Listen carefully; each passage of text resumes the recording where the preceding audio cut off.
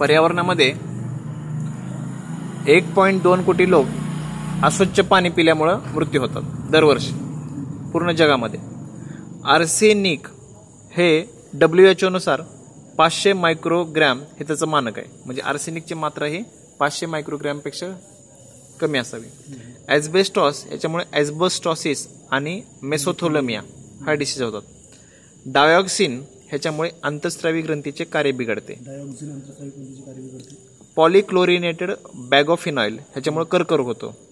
त्याचबरोबर इंडोक्राईन ग्लँडमध्ये बिघाड होतात आणि प्रजनन क्षमता कमी होते. WHO नुसार 20 लाख स्त्रिया व बालके हवा प्रदूषणामुळे अकाली मृत्यू पावतात. अंदमान समूहामध्ये सेंटिनेलेस ही जमात सापडते.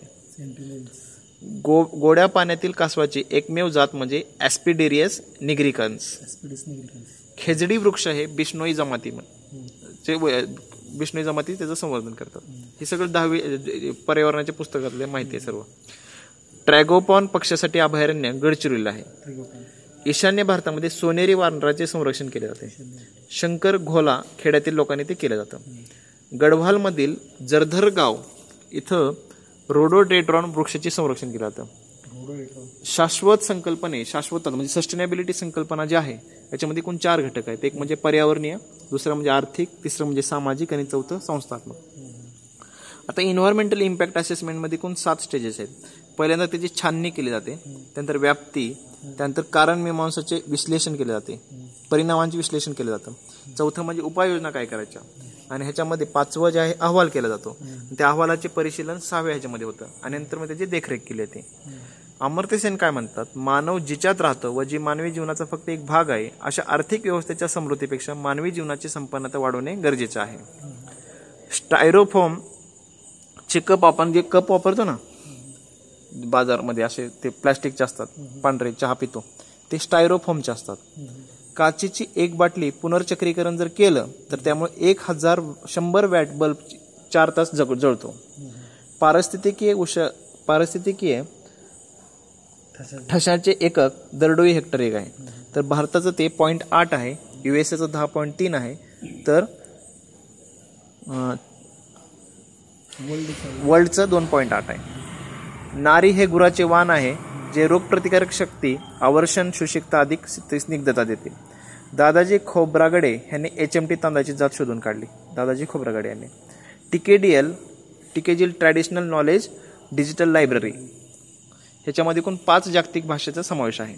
PBR म्हणजे people's biodiversity register. Phytoremediation म्हणजे जळ धातू शोधले जातात म्हणजे पाण्यामध्ये. कॅडमियम आणि झिंक हे थॅलॅस्पी कॅरोक्युलिनेस ह्याने दुंकले जातात. शिशे हे मोहरी आणि पॉप्युलर.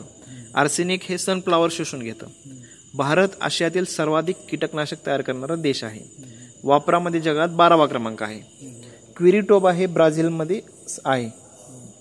भारत जगातील 3% एनर्जी वापरतो. WHO नुसार पाण्याची गरज दरवर्षी 1700 घनमीटर आहे. पाऊस व बर्फ स्वरूपात उपलब्ध वार्षिक पर्जन्य हे 40,000 घनमीटर आहे.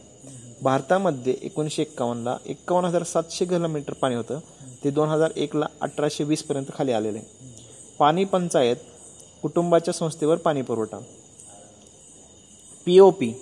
POPला घाणेरडे 12, त्यामध्ये अल्ड्रीन, पर्सिस्टंट ऑर्गॅनिक पोल्युटंट, त्यामध्ये DDT आलं, डायएल्ट्रिन आलं, एंड्रीन आलं, PCB आलं. DDTला संवेदनक्षम, अमेरिकेतील गरुड हे DDTला संवेदनक्षम होतं. 1972ला USAने त्याच्यावरती बंदी घातली. पाणी किती लागतं? 1 किलोग्रॅम पोलाद तयार करण्यासाठी 250 लिटर पाणी लागतं. तर 1 किलोग्रॅम धागा बनवण्यासाठी 20,000 लिटर पाणी लागतं. भारतामध्ये CO2 चा वाटा 4% वाटा आहे जगाच्या, आणि ओझोनचा 0.7% आपण कॉन्ट्रीब्युशन करतो. कागद कारखान्यातील सांडपाण्यामुळे खालच्या बाजूकडील प्रवाहापेक्षा वरच्या प्रवाहात जास्त हे होते, गढूळपणा येतो. प्रवाहापेक्षा वरच्या प्रवाहात जास्त गढूळपणा येतो. दगडावरील शिंपल्याचे प्रमाण समुद्र जलामध्ये आढळतं. फॉस्फरसचे त्यामध्ये व्यस्त प्रमाण असतं. पाणथळ जमिनीत लायकेनचे प्रमाण जास्त असतं. सॉइल सोलरायझेशन म्हणजे उन्हाळ्यात जमिनीवरील थर ही होतो. आता रॉ सिवेज असतं, त्यामध्ये बीओडीचं प्रमाण 200, सीओडीचं प्रमाण 400, नायट्रोजनचं प्रमाण 40 ppm असतं. बीओडी आणि फेडले टर्नऑफमध्ये बीओडी 1000, सीओडी 8000 आणि नायट्रोजन 700 ppm असतं. रेडिएशन त्यामध्ये दोन आहेत. रेडिएशन कुठल्या दोन ह्याच्यामध्ये होतं, स्ट्रोनियम आणि कॅल्शियम.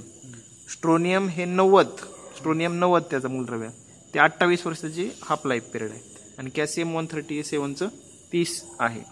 आता अनपॉप्युलेटेड स्ट्रीम असते ना, त्याच्यामध्ये 18 ते 20% डायटम्स असतात. म्हणजे तर 30 ते 35 ग्रीन आल्गे, म्हणजे 18 ते 20 डिग्री सेल्सिअस असेल तर डायटम्स वाढतात. 30 ते 35 डिग्री सेल्सिअस गेलं तर ग्रीन आल्गे येतात. 35 ते 40 असेल तर ब्ल्यू ग्रीन आल्गे असतात. म्हणजे थर्मल पोल्युशन जर झालं पाण्याचं तर त्यामध्ये ब्ल्यू ग्रीन आल्गेचं प्रमाण जास्त असतं. 10% टेम्परेचर वाढल्यानंतर बायोलॉजिकल ऍक्टिव्हिटी डबल होतात. आता फ्लोरिनचं प्रमाण जर पाण्यामध्ये वाढलं तर काय होतं, जर पाण्यामध्ये फ्लोरिनचं प्रमाण 1 ppm पेक्षा वाढलं तर त्याला माइल्ड फ्लोरोसिस होतो. जर 2 ते 3 ppm झाला तर दात डिके होतात. जर 4 ते 12 ppm झालं तर बोन ठिसूळ बनतात. आणि जर 115 पेक्षा जास्त झाले तर त्यामुळे लाईफ जाऊ शकते. आणि 2000 पेक्षा जास्त असेल तर ते खूपच व्हेरी पॉयझनस असतं. नायट्रोजनचं प्रमाण, नायट्रेटचं प्रमाण जर 40 ppmच्या वरती गेलं तर मिथॅनोग्लोबिनिया होतो. आता फ्लोराईडचा पानावरती कसा परिणाम होतो की पानामधले जे टिश्यू असतात ना, फ्लोराईडमुळे कोलॅप्स होतात. फोटोकेमिकल स्मॉगमुळे ब्लिचिंग होतं. इथिलीन ह्याच्यामुळं ऑर्किडचे पेटल्स असतात ना, ते डाय होतात. अमोनिया जर 2.5 ppm पेक्षा जास्त असेल ना तर तो फिशसाठी घातक असतो. म्हणजे अमोनिया फिश असतो. हायड्रोजन सल्फाईड ही जर 1 ppm पेक्षा म्हणजे मात्रा जर जास्त असेल ना तर प्रॉब्लेमॅटिक असतो. त्याचबरोबर ओझोन 0.1 to 1 ppm आणि फॉस्फेन 3.6 ppm पेक्षा जास्त. लीडचं प्रमाण जर 40 मायक्रोग्रॅम पर 100 ग्रॅम जर झालं तर त्यामुळे ब्रेन डॅमेज होण्याची शक्यता असते लहान मुलांमध्ये लीडमुळे. आर्सेनिकचं प्रमाण जर 80 मायक्रोग्रॅम पेक्षा झालं, किती मात्रा आहे, 50 मायक्रोग्रॅम ही आयडियल मात्रा आहे, पण 80 जर झालं तर त्याच्यामुळं पॉयझनिंग होतं अडल्टमध्ये. मर्क्युरी हे पेपर आणि पल्प इंडस्ट्री आणि फंजीसाईडमध्ये सापडतं. फ्लोराईडचा वापर ॲटॉमिक एनर्जी प्लांट आणि सिरॅमिक प्लांटमध्ये केला जातो. ग्लास इचिंग होतं, मेटल रिफायनेशन. लीड जे आहे ना ते बॅटरीमध्ये सापडतं. सायनाइड हे मेटल्स क्लिनिंगमध्ये सापडतं. आर्सेनिक हे शिप डिपिंगमध्ये होतं ते. आता आर्सेनिकमुळे काय काय होतं, जॉन्डिस होतो. आर्सेनिकमुळे जॉन्डिस होतो. अमोनियामध्ये ब्लिचिंग होतं, ब्लिचिंग ऑफ लिव्ज.